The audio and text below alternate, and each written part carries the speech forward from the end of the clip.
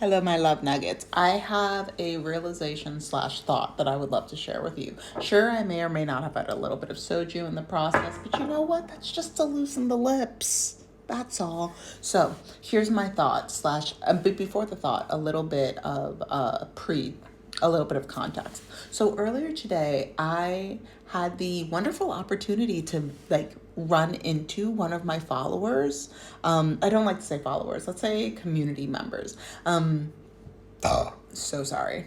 So sorry. So I had the wonderful opportunity to run into one of my community members in Bangkok.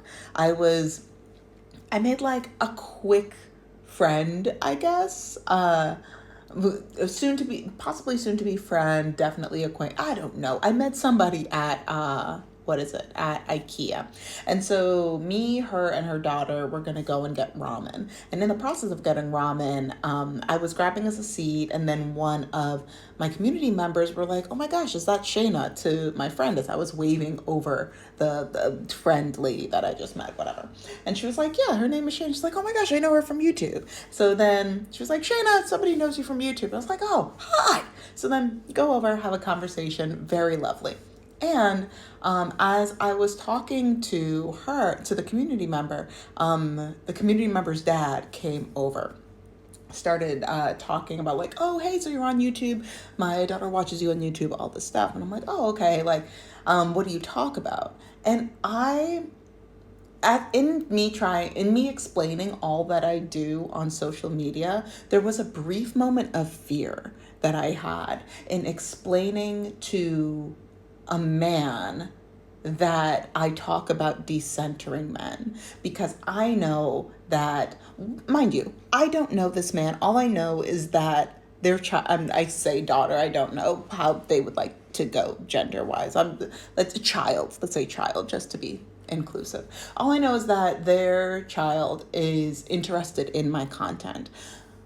I also don't have any other context behind their relationship, behind how dad feels about my kind of content. So there was an immediate fear that I had, because I've had a couple of experiences, and a couple is more than enough, of men having adverse reactions to people talking about my content, to me explaining why decentering men I feel is something that I feel like everybody should be doing. And so in me trying to explain what it is that I do, I found myself padding the rims, I found myself padding the subject matter, so that way it could be a little bit more digestible, just in case things were to go awry. Now, at the end of the day, the dad was super cool, and he was like, "Yeah, honestly, I feel like this is the thing that people should be talking about, you know?" And he was down for the subject, and I was like, "Oh, that's cool."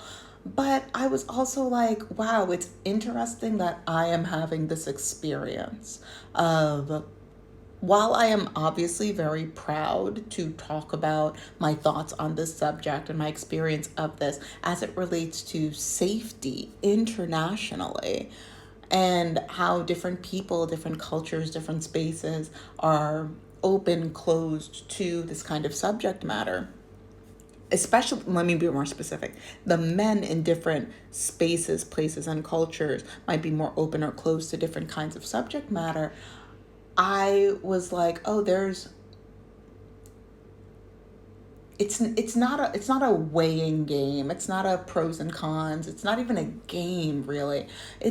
I don't really have the words for it, but I think that it's something that I would like to bring into the space for us to discuss, because I think that this is also a thing that a lot of us are navigating. Because I think that a lot of us are decentering and doing the work of decentering and finding ourselves and finding our passions, while also trying to figure out how to stay as safe as possible in a world that is largely male dominated and male centered. And then trying to find community that are also doing a complementary work that we are doing. So there's kind of signals that we're sending out. There's a little bit of a dance that we're doing, because if you send the right signal to the wrong person, you don't know what that adverse effect will be.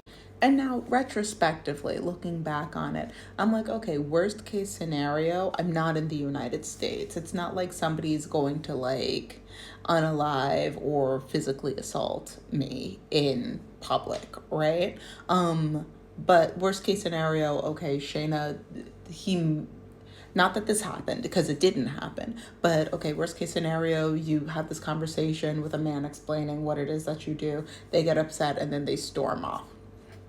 A thing that I'm still getting used to being a possibility, right? But it's like because the line between male discomfort and male violence is so thin that, and because I've seen how quickly that we can slip onto the other side, not even through decentering men, but just in protecting women. I had to remove the video, but those of you that have been on the page for a minute, you can remember my New Year's situation. Do not want a repeat of that, right?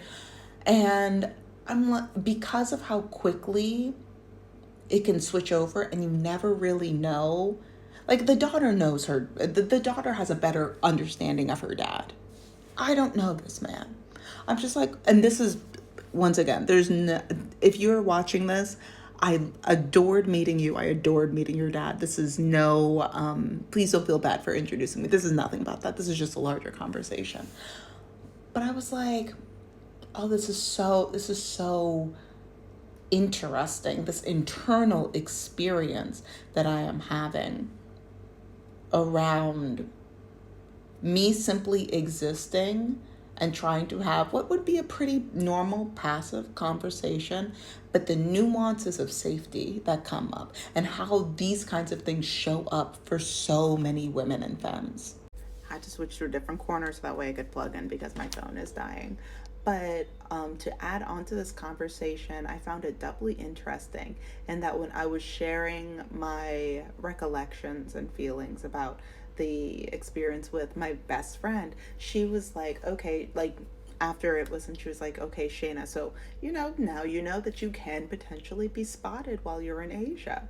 And it's great that a woman, femme, I don't, once again, let me know if this is accurate to you, but you've been spotted in Asia.